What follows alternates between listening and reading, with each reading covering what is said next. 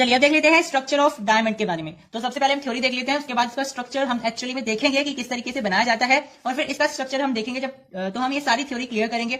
साथ में कुछ एडवांस जो टॉपिक्स नहीं बोल सकते हैं, पॉइंट्स जो है उसमें हम क्लियर करने वाले हैं। तो चलिए, स्ट्रक्चर ऑफ डायमंड में जो सबसे पहली बात लिखी है वो है each carbon atom in the diamond crystal is linked to 4 other carbon atoms. अब देखो, डायमंड में जो एक कार्बन होता है, डायमंड के अंदर एक क्रिस्टल के अंदर एक कार्बन का एटम 4 कार्बन के एटम से जुड़ा हुआ होता है। समझ में आई? यानी कि बीच में एक कार्बन होगा, उसके चारों तरफ भी फिर 4 कार्बन होंगे, यानी टेट्राहेड्रॉन फॉर्म में वो होंगे। ठीक है, तो वो टेट्राहेड्रॉन फॉर्म में होते हैं और वो 4 वर्टिसेस में ही होंगे, यानी 4 कोनों में ही होते हैं। अब इसकी वजह से ही कार्बन का जो डायमंड का जो स्ट्रक्चर है वो बहुत रिजिड हो जाता है, और रिजिड स्ट्रक्चर की वजह से ही डायमंड बहुत हार्ड सब्सटेंस बन जाता है। और rigid structure, rigid 3D arrangement के कारण कार्बन की इसकी डेंसिटी भी बहुत हाई हो जाती है, इसका मेल्टिंग पॉइंट भी बहुत हाई हो जाता है, क्योंकि इसके जो कार्बन के एटम है वो एक दूसरे से झगड़े रखते हैं, एक दूसरे से बिल्कुल रिजिड होते हैं। तो रिजिड कार्बन के एटम्स को दूर दूर करने के लिए आपको क्या करना पड़ेगा भाई?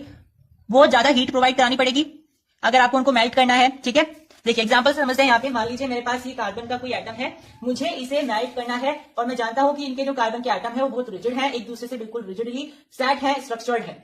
तो क्योंकि वो एक दूसरे से बिल्कुल रिजिडली क्लोज्ड है, तो अगर मुझे उन्हें मेल्ट करना है, मेल्ट करने का मतलब क्या होता है?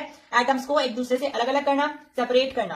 क्यों बोल रहे हैं हम कि इनको सेपरेट करना है? क्योंकि हमारे पास होते हैं 3 स्टेट ऑफ मैटर, है, सोलिड, लिक्विड और गैस। सोलिड का मतलब होता है अगर एटम एक दूसरे से बिल्कुल रिजिडली या क्लोजली पैक्ड हो। तो अभी ये किस स्टेट में है? ये सॉलिड स्टेट में है, जब इसके सारे के सारे एटम एक दूसरे से बिल्कुल क्लोजली पैक है। मुझे अगर इसे लिक्विड फॉर्म में कन्वर्ट करना है, यानी मेल्टेड फॉर्म में कन्वर्ट करना है, तो मुझे इसके एटम्स के गैप को बढ़ाना पड़ेगा। अगर मुझे इसे गैसियस फॉर्म में करना है तो बहुत ज्यादा बढ़ाना पड़ेगा गैप को। तो मेल्ट करने का मतलब क्या है? मुझे इसे लिक्विड फॉर्म में कन्वर्ट करना है, मेल्टेड फॉर्म में, तो यानी कि मुझे इसके एटम्स के बीच का गैप बढ़ाना पड़ेगा। और एटम्स के बीच का गैप कब बढ़ेगा? जब आप उसको हीट प्रोवाइड करोगे। और हीट किसके हिसाब से प्रोवाइड की जाएगी? हीट प्रोवाइड की जाती है वोलेटिलिटी के हिसाब से। अब वोलेटिलिटी किसके हिसाब से डिसाइड होती है? वोलेटिलिटी डिसाइड होती है कि उनके एटम एक दूसरे से कितनी रिजिड तरीके से स्ट्रक्चर्ड हैं।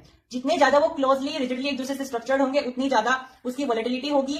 तो इसके हिसाब से ही होता है। तो जितनी ज्यादा वोलेटिलिटी होगी उतना ही ज्यादा उसका हमें हीट देनी पड़ेगी, उतनी देर में वो मेल्ट हो जाएगी।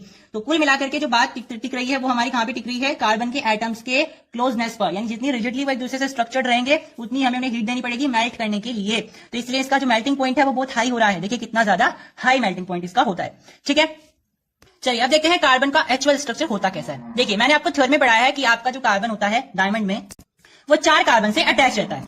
तो देखिए इसमें ऐसा ही हो रहा है, ये एक कार्बन है, ये 4 कार्बन एटम से अटैच।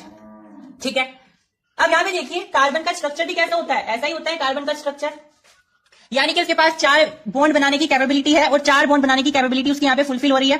तो इसका मतलब उसके पास एक भी फ्री इलेक्ट्रॉन अवेलेबल नहीं है, और क्योंकि फ्री इलेक्ट्रॉन्स अवेलेबल नहीं है तो इसका मतलब वो इलेक्ट्रिसिटी को कंडक्ट भी नहीं कर पाएगा। तो यही कारण होता है कि डायमंड से इलेक्ट्रिसिटी ट्रांसफर या कंडक्ट नहीं हो पाती है। अब ये देखने में कैसा लग रहा है? जैसे पिरामिड होता है, इसलिए इसका स्ट्रक्चर को हम पिरामिडल भी बोलते हैं। इसके 4 फेस होते हैं, टेट्राहेड्रल होता है, और ये जो थीटा होता है इनके बीच का, ये कितने डिग्री का होता है? 109 डिग्री का होता है अप्रोक्स।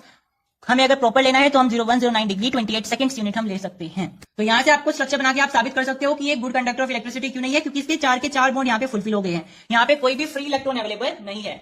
और आप जानते हो अगर आपको किसी भी एलिमेंट से, किसी भी मैटर से इलेक्ट्रिसिटी फ्लो करवानी है तो आपको उस मेटल के अंदर, उस चीज के अंदर क्या लाना पड़ेगा? सबसे पहले आपको प्रोवाइड कराने पड़ेंगे फ्री इलेक्ट्रॉन्स। अगर फ्री इलेक्ट्रॉन नहीं है तो इलेक्ट्रिसिटी फ्लो नहीं हो पाएगी। यस, तो हमें यहां से समझ में आ गया कि डायमंड जो है क्यों इलेक्ट्रिसिटी फ्लो नहीं कर पाता।